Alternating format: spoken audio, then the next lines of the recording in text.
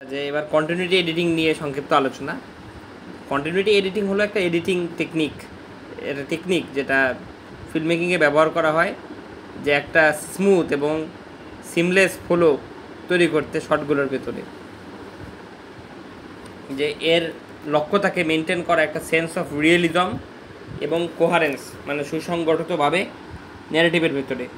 তা কি principal continuity এডিটিংয়ের হলো আই লাইন ম্যাচেস, যে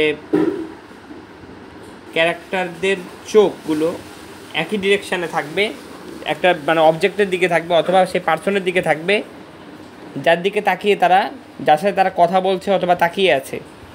এরপরে শট রিভার্স শট, যে অল্টারনেটিং হবে দুটো শটের মধ্যে, যেখানে একে অপরের দিকে তাকিয়ে আছে, তৈরি করবে একটা সেন্স অফ কনভারসেশন এবং ইন্টারাকশান।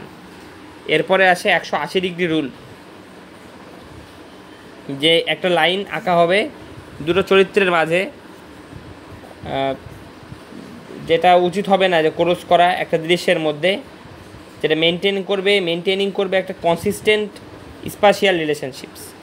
এরপরে আসে ম্যাচ কাট, সেটা হলো ম্যাচিং এলিমেন্ট শটগুলোর ভেতরে, যেমন অ্যাকশান, ডায়লগ অথবা ভিজুয়াল কম্পোনেন্টসের ভেতরে ক্রিয়েট করবে একটা স্মুথ ট্রানজিশান।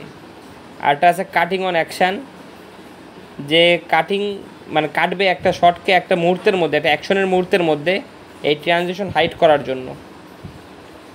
এই নিয়মগুলো মেনে চলে কন্টিনিউটি এডিটিং সাহায্য করবে ভিউয়ারকে পারসিভ করতে একটা সিনকে অ্যাজ এ কন্টিনিউয়াস এবং বিশ্বাসযোগ্য সিকোয়েন্স অফ ইভেন্টস হিসেবে।